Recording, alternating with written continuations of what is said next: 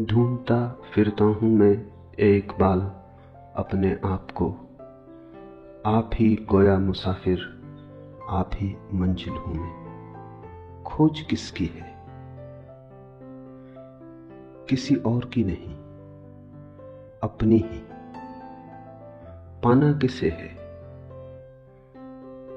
वो बाहर नहीं है, भीतर है।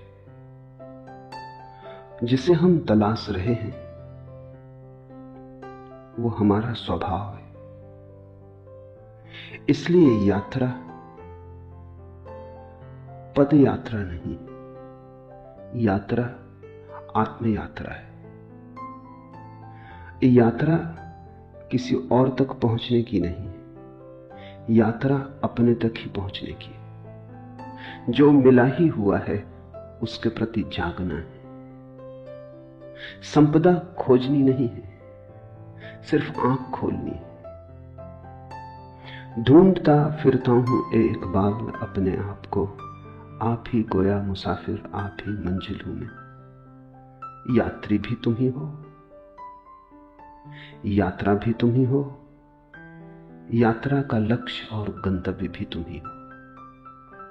इसलिए बिना कहीं जाए भी पहुंचना हो सकता है। जहां बैठे हो वहीं बैठे बैठे भी पहुंचना हो सकता है। जरा भी बिना हिले डुले भी पहुंचना हो सकता है। और जो बाहर खोजने गए वो भटक गए। यात्रा पहले कदम से ही गलत हो गई। जिन्होंने सोचा बाहर है, पहले से ही चूक गए। कहीं जाना नहीं, अपने पास आना है। कहीं खोजना नहीं, अपने भीतर जागना है। और जिसे ये बात समझ में आ गई वो तथाकथित धर्म के जाल से मुक्त हो जाता है। और ध्यान रखना, अधर्म से मुक्त होना कठिन नहीं, धर्म से मुक्त होना कठिन है। अधर्म तो अंधेरा जैसा है, दिया जलते ही अपने आप नष्ट हो जाता है। लेकिन तथाकथित धर्म राह पर पड़ी पत्थर की चट्टानों जैसा है, सिर्फ दिए के जलने से ही दूर नहीं हो जाता। और तथाकथित धर्म का बड़ा गहरा जाल प्रत्येक व्यक्ति के पास है। तुम्हें ऐसा व्यक्ति खोजना मुश्किल होगा जो न हिंदू है, न मुसलमान है, न ईसाई है, न जैन है, न बौद्ध है, न सिख है। कोई न कोई जाल पास है।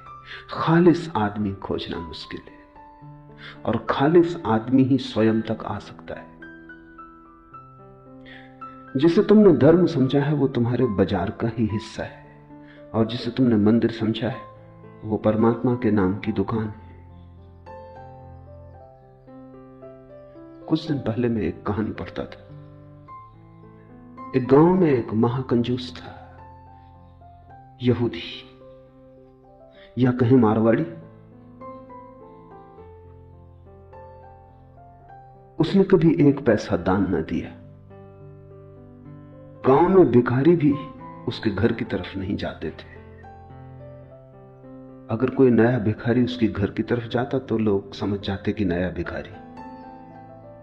जिसको थोड़ा भी पता है वो कभी भीख मांगने उसके द्वार पर न जाएगा। उसने कभी दिया ही नहीं। वो भिखारी से भी कुछ छीन सकता था, देना उसकी आदत न थी। लेकिन एक दिन वो गांव के धर्मगुरु के द्वार पर पहुंचा, यहूदी धर्मगुरु, और उसने कहा कि आज मेरे लिए कुछ प्रार्थना करनी होगी। धर्मगुरु ने सोचा कि अब प्रार्थना करवाने आया है तो कुछ दान करवा लेने का मौका है।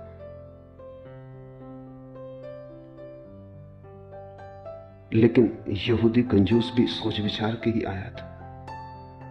पूछा धर्मगुरु ने क्या प्रार्थना करनी है।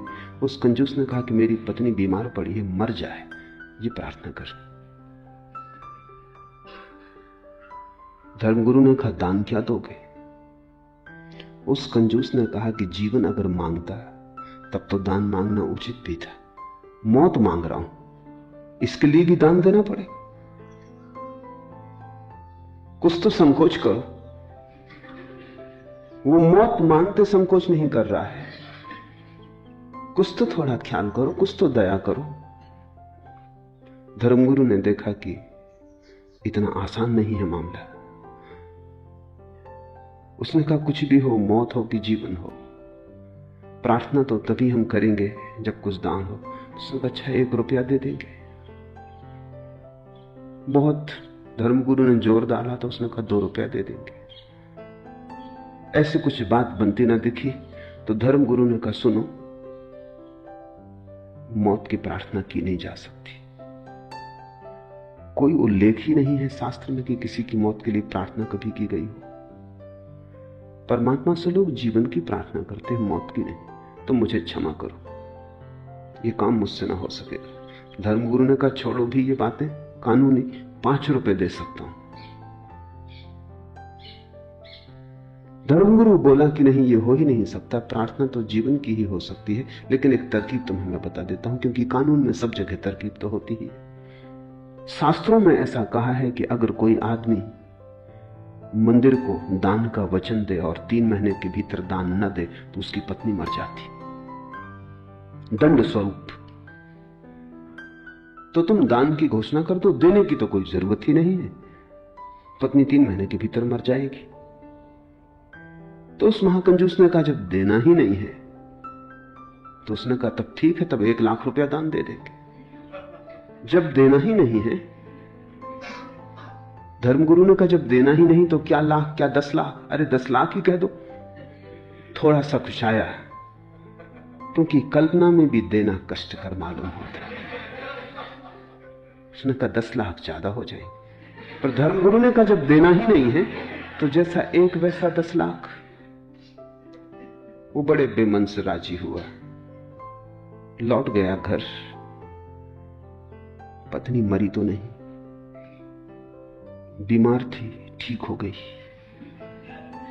वो बड़ा चकित हुआ। 3 महीने पूरे हुए, वो वापस आया। उसने कहा कि तो नियम काम नहीं किया। धर्मगुरु ने कहा कि देखो, शास्त्र कहता है दंड स्वरूप, एज ए पनिशमेंट, मगर तुम तो चाहते हो कि पत्नी मर जाए, इसलिए तुम्हें दंड तो ना होगा, ये तो पुरस्कार हो जाए। इसलिए प्रार्थना व्यर्थ गई। अगर तुम सच में ही चाहते हो पत्नी मर जाए, तुम अब ऐसा करो कि जाके बाजार से कुछ हीरे जवाहरात खरीदो, कुछ सुंदर साड़ियां खरीदो, पत्नी को भेंट करो। पत्नी तुम्हारे प्रति इतनी प्रेम से भर जाए और तुम भी इतने प्रेम से भर जाओ कि तुम्हारे प्राण कहने लगे कि नहीं अब मत मार, हे परमात्मा मत मारना। तब वो मारेगा, तभी तो दंड हो सकता, नहीं तो नियम। ये बात जची। पर उसने कहा हीरे जवाहरात मैंने कभी खरीदे नहीं। धर्मगुरु ने कहा क्या हर्ज है, पत्नी तो मर ही जाएगी, तुम बेच देना, थोड़ा लाभ ही भला हो जाए, नुकसान तो क्या होगा। चीजों के दाम तो रोज बढ़ते ही जाते। ये बात जची। वो गया, उसने हीरे जवाहरात खरीदे, साड़ियां खरीदी बहुमूल्य। कभी खरीद के घर लाया न था। पत्नी तो हैरान हो गई कि इसमें ऐसा रूपांतरण हुआ। निश्चित ही धर्मगुरु की कृपा से हुआ होगा, मंदिर गया इसीलिए हुआ होगा। उसने भी पहली दफा उसे प्रेम से देखा और पत्नी उसे इतना प्रेम करने लगी कि उस कंजूस को भी पहली दफा एहसास हुआ कि पत्नी तो बड़ी अनूठी है, मैं नाहक ही इसके मरने की प्रार्थना करता था। तो वो डरा। अब उसके मन में यह होने लगा कि कहीं मर ना जाए।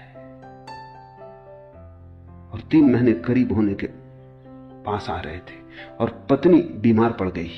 तो घबराया हुआ पहुंचा धर्मगुरु के पास। उसने कहा ये तो मुसीबत हो गई, नियम काम करता मालूम पड़ रहा है, पत्नी बीमार पड़ गई, अब कैसे बचाएं उसे। धर्मगुरु ने कहा कि वो जो 10 लाख दान दिया था वो दान दे दो, अब तो बचने का और कोई उपाय नहीं।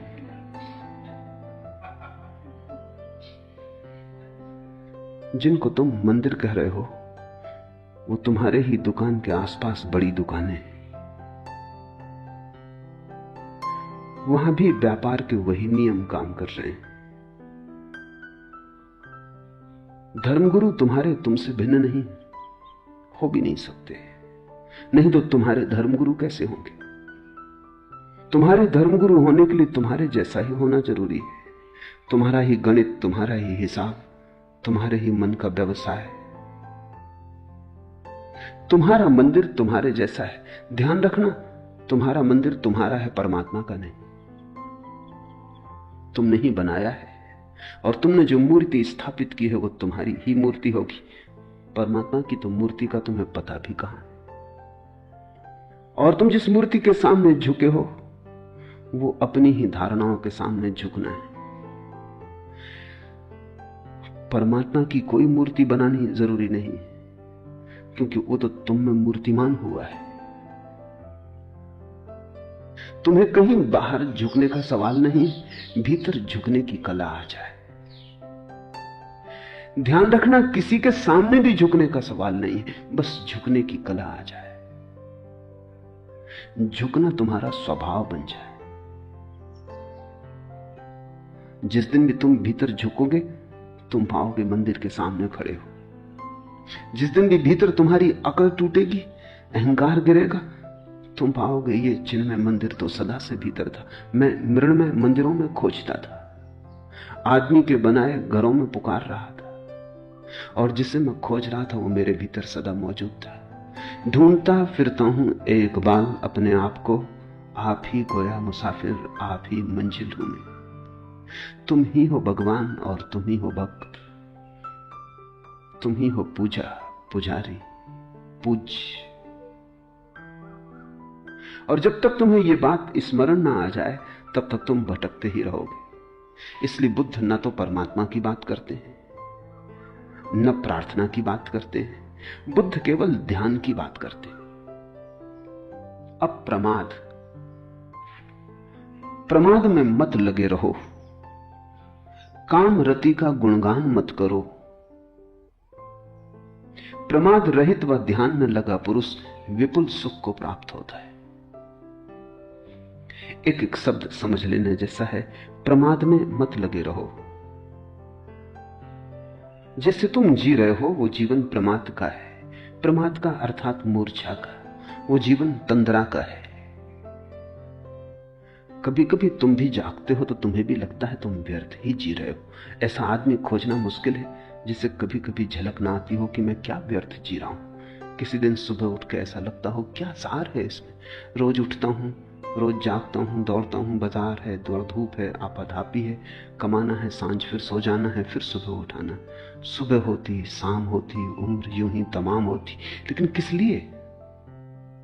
क्या प्रयोजन है इस सबका? एक दिन ऐसे ही दौड़ते दौड़ते राह में गिर जाऊंगा, धूल धूल से मिल जाएगी।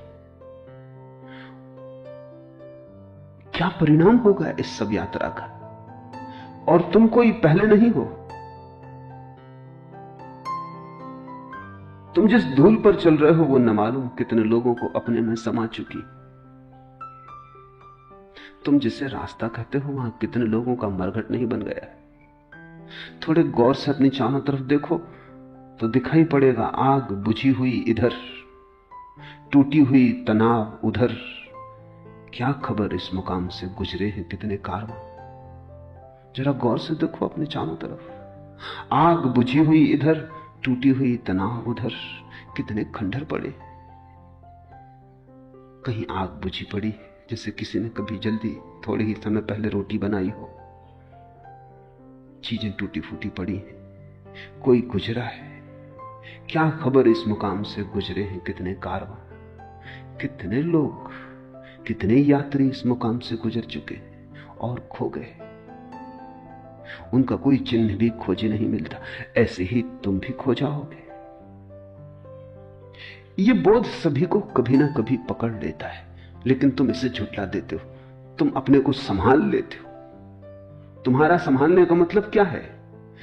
तुम अपने को संभलने नहीं देते। जब कभी संभलने का क्षण आता है तुम फिर अपने पुराने ढांचे में लग जाते हो। दौड़ के दुकान पे पहुंच जाते हो, या रेडियो खोल लेते हो, या अखबार पढ़ने लगते हो, या किसी से बातचीत करने में लग जाते हो। घबराहट होती है कि ये क्षण खतरनाक हो सकते, क्योंकि इन्हीं क्षणों में वैराग्य जन्मता है, इन्हीं क्षणों में सन्यास का जन्म होता है। तुम यहां वहां उलझा लेते हो ताकि ये खतरनाक बातें तुम्हें दिखाई ना पड़े। तुम किसी झूठ में तल्लीन हो जाते हो। सत्य अगर जगाने को तुम्हारे पास भी आता है तो तुम करवट ले लेते हो, फिर नई नींद में खो जाते हो। ऐसा आदमी तो खोजना ही मुश्किल है जिसको कभी ना कभी ये दिखाई ना पड़ता हो ये सब व्यर्थ है जो मैं कर रहा हूं। लेकिन फिर भी आदमी वही किए चला जाता है जो व्यर्थ दिखाई पड़ता है। प्रकाश के किन्हीं क्षणों में, ज्योतिर्मय चैतन्य की किसी अवस्था में जब सब व्यर्थ दिखाई पड़ता है, तब फिर तुम कैसे अंधेरे में उतर आते हो बार बार। इसे बुद्ध प्रमाद कहते। प्रमाद का अर्थ है जानते हो, फिर भी जो जानते हो उसके विपरीत जीते हो। जानते हो आग में हाथ डालने से हाथ जलेगा, फिर डालते हो। पुराने घाव भी नहीं मिट पाते हो, फिर हाथ डाल देते हो। निश्चित ही तुम होश में नहीं हो सकते, बेहोश हो, कोई बड़ी गहरी तंद्रा में जी रहे हो। प्रमाद में मत लगे रहो। ये जो कभी कभी प्रकाश के क्षण तुम्हारे जीवन में आते हैं, इनको सहारा दो, सहयोग दो, इनको घना करो, इनको पुकारो, इनकी प्रार्थना करो, इनका स्वागत करो, इनको संभालो अपने भीतर, इनको संजो, क्योंकि इनसे बड़ी कोई संपदा नहीं। और अगर तुम इनके साथ सहयोग करो, स्वागत करो, इन्हें स्वीकार करो, अंगीकार करो, तो ये क्षण बढ़ते जाएंगे। इन क्षणों के बढ़ते जाने का नाम ही ध्यान है। ध्यान का अर्थ है जागा हुआ चित्त। प्रमाद का अर्थ है सोया हुआ चित्त। इसलिए बुद्ध और महावीर ध्यान के लिए अप्रमाद शब्द का प्रयोग करते हैं। प्रमाद में मत लगे रहो, काफी लगे रहे हो। और तुम हजार बहाने खोज लेते हो लगे रहने के। तुम कहते हो अभी बच्चे बड़े हो रहे हैं। तुम कहते हो अभी तो महत्वाकांक्षा के दिन है, थोड़ा और कमा लूं। तुम कहते हो अभी तो जवान हूं, ये धर्म और वैराग्य ये तो बुढ़ापे की बातें। एक युवक को मैंने संन्यास दिया, उसका बूढ़ा बाप आ गया। बूढ़े बाप की उम्र होगी कोई 70-75। उसने कहा आप भी क्या अन्याय कर रहे, जवान आदमी को संन्यास देते। शास्त्रों में तो कहा है कि संन्यास तो अंत में लेने की बात है। मैंने कहा छोड़ो, तुम्हारे लड़के का संन्यास वापस ले लेंगे, तुम संन्यास लेने को तैयार हो? तुम तो 75 वर्ष के हुए, कब आखिर आएगा? वो आदमी मुस्कुराने लगा। उसने कहा आपकी बात ठीक है, लेकिन अभी बहुत दूसरे काम भी हैं, अभी दूसरी उलझने भी हैं। तो मैंने कहा कि इस लड़के का मैं संन्यास वापस ले सकता हूं अगर तुम संन्यास लेने को तैयार हो। तुमने ही कहा।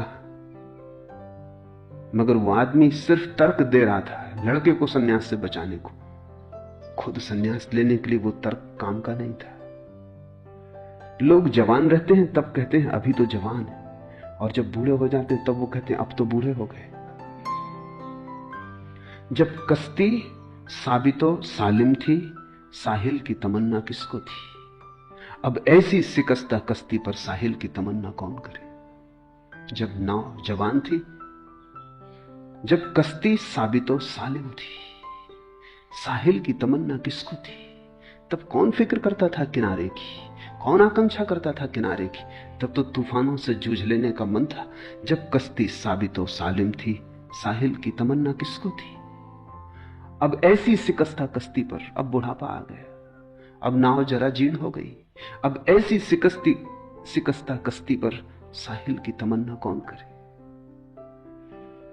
प्रमाद से भरा चित्त अपने सोने के लिए उपाय ही खोजता रहता है। जवान हो तब कहता है अभी जवान है, बूढ़ा हो जाए तो कहता अब बूढ़े हो गए, अब क्या कर सकेंगे। बच्चे बच्चे हैं, कैसे संन्यास्त हो जाएं? जवान जवान हैं, अभी तो जिनकी बहुत शेष है, बूढ़े बूढ़े हो गए, अब तो कुछ शेष ही ना रहा। तुम प्रमाद के लिए तर्क खोजते हो। प्रमाद को जो तर्क सहारा देता है उसी को शास्त्रों ने कुतर्क कहा है। प्रमाद से जो जगाता है उसी तर्क को शास्त्रों ने सुतर्क कहा है। जो तर्क तुम्हें नींद में डुबाए रखता है वो आत्मघाती है, वो जहर है। उसमें दबे दबे तुम मर जाओगे। उसमें बहुत मर चुके हैं। तर्क का उपयोग अपने को जगाने के लिए करना। जैसे जैसे तुम जागने के लिए थोड़ा रास्ता बनाओगे, तुम पाओगे जागृति के और क्षण आने लगे। तुम जितना जितना जागृति के लिए उत्सुक होने लगोगे, प्रतीक्षा करने लगोगे, उतने ज्यादा क्षण आने लगेंगे। जिसे तुम चाहते हो वो आ ही जाता है। बुद्ध का एक बहुत अनूठा वचन है कि आकांक्षा सोच विचार के करना, क्योंकि आकांक्षाएं पूरी हो जाती। जिसे तुम चाहते हो वो आ ही जाता है, देर अबेर। आकांक्षा सोच समझ के करना। अगर धन मांगा, धन आ जाएगा, एक दिन आ ही जाएगा।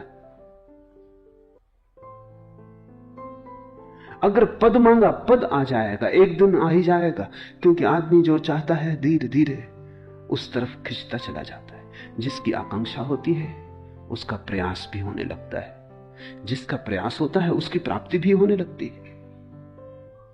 सोच के मांगना, क्योंकि जो मांगा है वो मिल जाता है।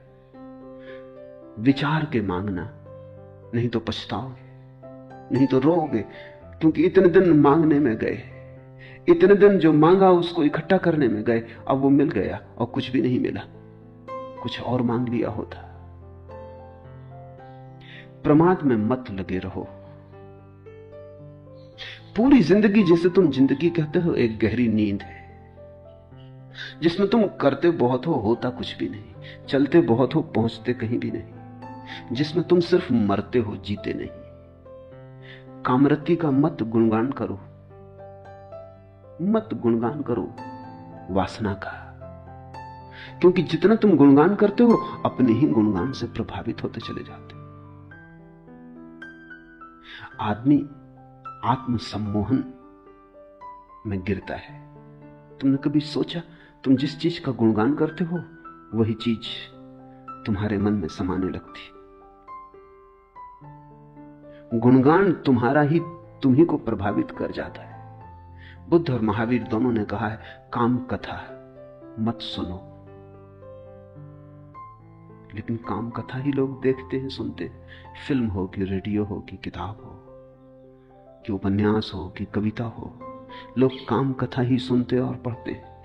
और फिर जब काम वासना जोर से पकड़ती, घबराते, तब कहते हैं ये तो बड़ा मुश्किल है, इससे छुटकारा कैसे हो। उसी को आरोपित करते, उसी को सींचते, उसी को संभालते। और जब संभल जाती है और जब सारे जीवन को जकड़ लेती, तो फिर चिल्लाते हैं, चीखते हैं कि इससे छुटकारा कैसे हो। काम वासना वस्तुतः कुछ भी नहीं, सम्मोहन है। और जिस चीज के प्रति भी तुम सम्मोहित होते चले जाओ, सम्मोहित का अर्थ है जिसका भी तुम सुझाव अपने को देते चले जाओ, वही चीज रसपूर्ण हो जाती। रस आदमी स्वयं डालता है। रस वस्तुओं में नहीं, तुम डालते हो। इसलिए प्रत्येक संस्कृति, प्रत्येक सभ्यता अलग अलग तरह की चीजों में उत्सुक हो जाती, पर जिसमें उत्सुक हो जाती उसी में सौंदर्य और काम वासना का जन्म हो जाता है। हजारों संस्कृतियां जमीन पर रही, उन्होंने अलग अलग चीजों में सौंदर्य देख लिया है। जिसमें सौंदर्य देखना चाहा वहीं दिखाई पड़ गया है। बुद्ध कहते हैं, कामरति का मत गुणगान करो, रुको, सोचो। क्योंकि जिस चीज का भी तुम गुणगान करोगे, तुम उस तरफ अनजाने आकर्षित होते चले जाओगे। आदमी अपनी ही बातों से प्रभावित हो जाता है। तुमने कभी देखा, रास्ते में अंधेरे में किसी गले कूचे से गुजरते हो, अकेले हो, डरते हो, गीत गुनगुनाने लगते हो या सीटी बजाने लगते हो। क्या फायदा सीटी बजाने से? तुम्हारी सीटी है कोई, इससे कुछ सार्थक न हो जाएगा। लेकिन अपनी ही सीटी की आवाज सुन के हिम्मत बढ़ जाती, जैसे कि अकेले नहीं हो।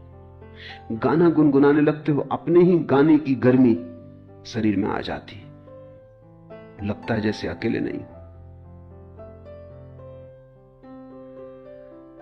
तुमने अपने जीवन को अपने ही सुझावों से भर लिया है। तुम उन्हीं में गिरे हो, उन्हीं में दबे हो। तुम्हारा सुझाव ही तुम्हारा संसार है, तुम्हारा आत्म सम्मोहन, ऑटो हिप्नोसिस ही तुम्हारा संसार है। और जब बुद्ध या शंकर कहते हैं संसार माया है, तो तुम ये मत समझना कि इन वृक्षों चांतारों के संबंध में कह रहे हैं। वो उस संसार के संबंध में कह रहे हैं जो तुमने अपने चारों तरफ खड़ा कर लिया है, जिसको तुमने ही अपने सपनों में रंग लिया है, जिसके रंग तुम्हारे मन के दिए हुए हैं। ये संसार तो बड़ा सत्य है, लेकिन इस संसार का तो तुम्हें पता ही नहीं। तुम्हें तो वही दिखाई पड़ता है जो तुम देखना चाहते हो, तुम्हें तो वही दिखाई पड़ता है जिसकी तुम कामना करते हो।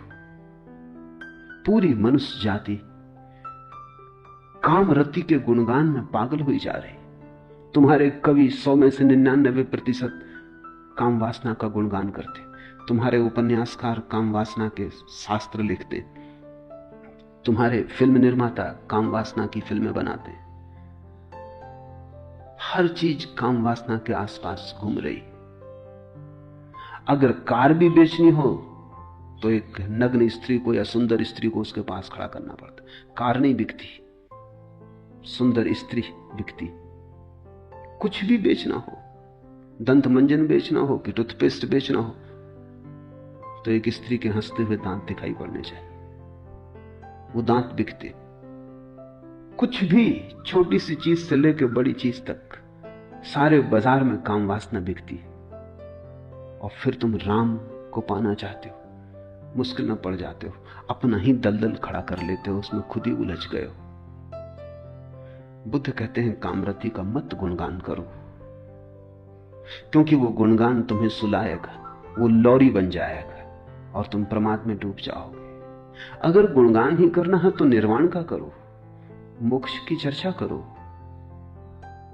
अगर गुणगान ही करना है तो सत्य का करो, सपनों का नहीं। लेकिन सत्य को सुनने को कौन आता है? सत्य का गुणगान सुनने की किसको इच्छा है? सत्य की बात ही सुन के कड़वी लगती है, क्योंकि सत्य तुम्हारे सपनों को तोड़ता है। सत्य दुश्मन जैसा मालूम पड़ता है। इसलिए तो बुद्धों को हम पत्थर मारते हैं, जीसस को सूली पे लटका देते हैं, सुकरात को जहर पिला देते हैं। हम बर्दाश्त नहीं करते इन लोगों को, ये खतरनाक है। हम मजे से सो रहे हैं और गहरी नींद ले रहे हैं और बड़े मधुर सपनों में डूबे, और ये नासमझ आके जगाने लगते कि जागो, सुबह हो गई। जैसे सर्दी की रात, अगर तुमने किसी को कहा है सुबह उठा देना, हालांकि तुमने ही कहा है, लेकिन सुबह जब वो तुम्हें उठाता है तो मन में नाराजगी आती कि ये दुष्ट आ गया, कहा तुम्ही ने था। तो जब साधारण सर्दी की रात में सुबह उठने में ऐसी कठिनाई हो जाती, लोग अलार्म घड़ी को उठा के पटक देते। अलार्म घड़ी का क्या कसूर है? तुम्ही ने भरा था अलार्म, तुम्ही ने बिस्तर के पास रखी थी। तो तुम सोचो, जब जन्मों जन्मों के जीवन की तंद्रा के बाद कोई बुद्ध पुरुष से तुम्हारा सौभाग्य से मिलना हो जाता, तो तुम्हें दुर्भाग्य ही मालूम पड़ता है कि यो कहां की मुसीबत हो गई। चुपचाप मजे से सपना लिए जा रहे थे, एक करवट और लेते, थोड़ा और सो लेते। ध्यान रखो, अगर तुम बुद्ध पुरुषों की वाणी भी सुनते रहो तो भी धीरे धीरे तुम पाओगे तुम्हारे आसपास जो झूठ का एक जाल था वो खिसकना शुरू हो गया। सत्य की एक किरण भी गहन से गहन अंधेरे को तोड़ने में समर्थ है। छोटी सी किरण, जन्मों का अंधेरा भी टूट जाता है। प्रमाद में मत लगे रहो, कामरति का मत गुणगान करो। प्रमाद रहित व ध्यान में लगा पुरुष विपुल सुख को प्राप्त होता है। एक ही सुख है और वो सुख है स्वयं में रमण। एक ही सुख है, वो सुख दूसरे में रमण का नहीं। काम वासना का सार है दूसरे में सुख की आशा। ध्यान का सार है स्वयं में सुख की खोज। बस ये दो ही यात्राएं हैं, या तो दूसरे को खोजो या अपने को।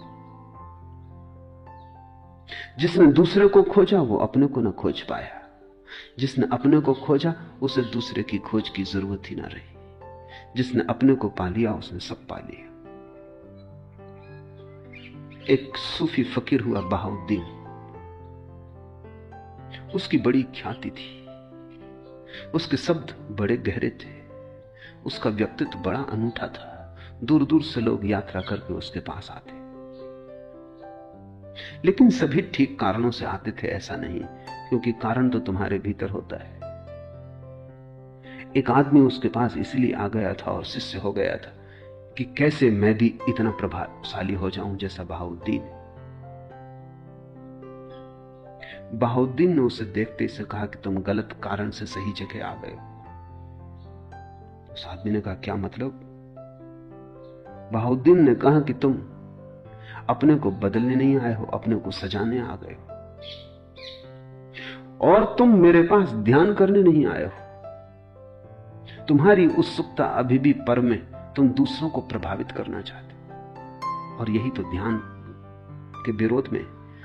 तुम सोच समझ के आओ। उस आदमी को बात तो सही लगी कि वो आया तो इसीलिए है कि दूसरे उससे कैसे प्रभावित हो, कैसे वो भी एक गुरु हो जाए। गुरु होने की आकांक्षा काम वासना। बहाउद्दीन ने कहा, क्योंकि उसकी नजर, तुम्हारी नजर इस पे है कि दूसरे मुझे कैसे माने, कैसे पूजे। ध्यानी इस बात की चिंता करता है कि कैसे मैं स्वयं हो जाऊं। कोई पूजेगा नहीं पूजेगा ये उसके विचार में भी नहीं आता। कोई पूजेगा या पत्थर मारेगा ये दूसरे समझे। ध्यानी अपने में डूबता है। उसको बात तो लगी। अब उसको बहाउद्दीन के सामने आना भी मुश्किल हो गया, तो वो छिप के आने लगा। ये देखने की जरूर कोई तरकीब होगी इस आदमी की जिसकी वजह से इतने लोग प्रभावित। एक दिन बहाउद्दीन ने अपने खीसे से एक हीरा निकाला और कहा कि ये हीरा ऐसा ही मूल्यवान है जैसा सत्य मूल्यवान होता है, और ये हीरा बड़ा चमत्कारी है। उस आदमी ने सोचा कि मिल गई बात, इसी हीरे की वजह से यह आदमी इतना प्रभावी है। रात छिप गया वो। जब सब सो गए, वो अंदर गया, खीसे में बहाउद्दीन का हीरा निकाल के भाग खड़ा हुआ। लेकिन हीरा लेके उसने बड़ी कोशिश की, कोई प्रभावित ना हो, हाथ में रख के बैठा रहे, कोई पूजा ना करे। वो बड़ा परेशान हुआ कि मामला क्या है, हीरा तो वही है। ऐसे वर्ष बीत गए। एक दिन बहाउद्दीन उसके द्वार पर आया और उसने कहा कि अब बहुत हो गया, वो हीरा वापस लौटा।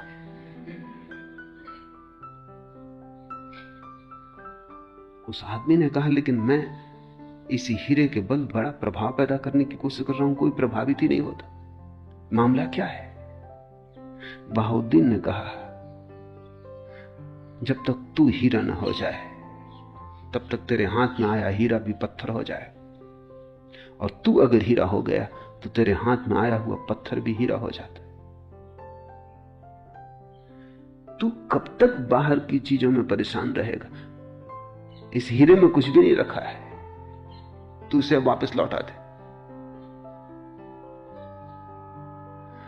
उस दिन जानता था कि तू छिपा है, इसलिए हीरा निकाला था ताकि तुझसे छुटकारा हो।